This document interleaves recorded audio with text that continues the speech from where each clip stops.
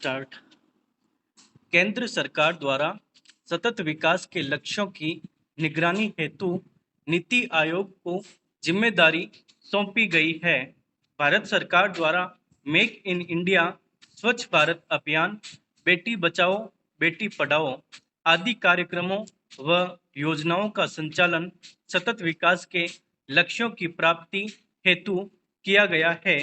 भारत में सतत विकास के लिए अंतर्राष्ट्रीय सहयोग एवं बहुपक्षीय पर्यावरणीय करारों के लिए भारत सरकार के केंद्रीय अभिकरण की भूमिका पर्यावरण एवं वन मंत्रालय निभाता है। इसने जलवायु परिवर्तन एवं ओजोन परत संरक्षण से लेकर सतत विकास से संबंधित विश्व भर में आयोजित कई सम्मेलनों एवं समझौतों में अपनी सक्रिय भागीदारी एवं भूमिका निभाई है।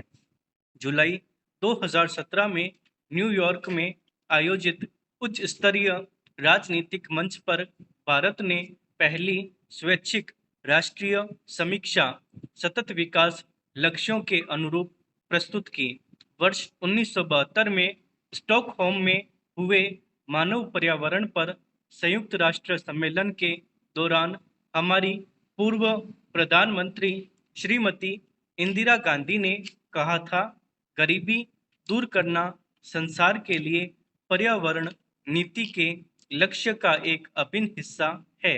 साझा ग्रह, वैश्विक नागरिकता एवं अंतरिक्ष यान पृथ्वी की अंतःसंबद्ध अवधारणाएं मात्र पर्यावरण मुद्दे तक सीमित न होकर तब पूर्ण होती है जब पृथ्वी के सभी लोग पर्यावरणीय सुरक्षा और मानव विकास की साझा एवं अंतः संबंधित जिम्मेदारियों को एक साथ समान रूप से निभाएं। भारत में सतत विकास के लिए कृत संकल्प अंतर्राष्ट्रीय ख्याति प्राप्त संस्थान the energy and resource institute द्वारा आयोजित दिल्ली सस्टेनेबल डेवलपमेंट समिट की विश्व स्तर पर पहचान बन चुकी है। फरवरी 2011 में आयोजित दिल्ली सतत विकास सम्मेलन की विषय वस्तु टैम्पिंग लोकल इनिशिएटिव एंड टैकलिंग इनिशिया थी।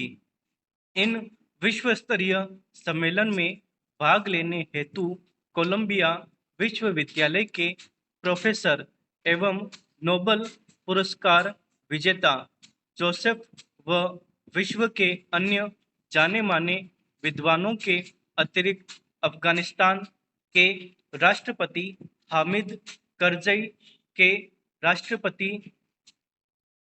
लियोनेल रेना और सेशल्स के राष्ट्रपति री जेम्स ने भाग लिया। इस सम्मेलन का उद्घाटन हमारे तत्कालीन प्रधानमंत्री श्री मनमोहन सिंह ने किया था। वर्ष 2012 में इस सम्मेलन की विषय वस्तु प्रोटेक्टिंग द ग्लोबल कॉमन्स थी। नई दिल्ली में आयोजित इस सम्मेलन में भी राष्ट्राध्यक्षों, मंत्रियों सहित विश्व स्तरीय शिक्षाविद शामिल हुए थे। टेरी द्वारा आयोजित वर्ष 2014 सम्मेलन की विषय वस्तु थी सबको भोजन, पानी व ऊर्जा सुरक्षा उपलब्ध कराना। नई दिल्ली में 6 से 8 फरवरी तक चले इस सम्मेलन में संयुक्त राष्ट्र के पूर्व महासचिव के अनान, सेशल्स के राष्ट्रपति जे.ए. माइकल गुयाना के पूर्व राष्ट्रपति भारत जगदेव, अन्य विशिष्ट लोगों ने भाग लिया। इस दौरान कैलिफोर्निया एयर रिसोर्सेज बोर्ड के चेयरमैन मैरी निकोल्स ने कहा कि वर्ष 1991 में भारत में 20 मिलियन वाहन थे। वर्ष 2011 में वाहनों की संख्या बढ़कर 140 मिलियन हो गई और वर्ष 2030 तक इनकी संख्या 400 मिलियन तक हो जाने की संभावना है। इस सम्मेलन में वाहनों एवं अन्य स्रोतों से धुएं के रूप में उत्सर्जित होने वाले प्रदूषण पदार्थों के कारण भारत के शहरों में प्रदूषण की मात्रा में अप्रत्याशित वृद्धि पर चिंता जताई गई। टेरी की इस रिपोर्ट को ध्यान में रखते हुए भारत के विख्यात पर्यावरणविद एवं टेरी के महानिदेशक श्री आर के पचौरी ने भारत सरकार को केरोसिन तेल पर सब्सिडी न देकर सौर लालटेन पर सब्सिडी दिए जाने का सुझाव दिया है। रिपोर्ट में सुझाए गए प्रस्तावों पर केंद्र सरकार ने सकारात्मक रवैया अपनाते हुए 5 वर्षों में देश में 25 सोलर पार्क निर्माण करने की योजना बनाई है।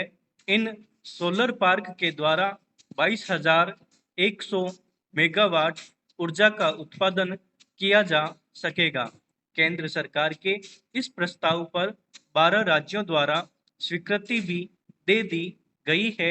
इसके साथ ही सरकार पेट्रोल चालित दुपहिए वाहनों की जगह साइकिल के प्रयोग को बढ़ावा देने हेतु साइकिल की खरीद पर कर में छूट देने पर भी विचार कर रही है। सरकार द्वारा पर्यावरण प्रदूषण के कम करने एवं महानगरों में वाहनों पर नियंत्रण हेतु दिल्ली जैसे राज्य में वीएस मानक 5 के जुलाई 2015 से अपनाने की दिशा में पहल की है। इसके अतिरिक्त केंद्रीय मंत्री श्री रविशंकर ने 25 नवंबर 2017 जीएसएस 2017 के दौरान को बताया कि भारत सतत विकास हेतु समावेशी, सुरक्षित एवं सुदृढ़ साइबर स्पेस बनाने की दिशा में प्रयासरत है। इन्होंने बताया कि हमारा उद्देश्य भारत को डिजिटल ढंग से सशक्त समाज बनाना तथा ज्ञान अर्थव्यवस्था में बदलना है। इसके अतिरिक्त सरकार सबका साथ सबका विकास की योजना का प्रयोग कर सकती है।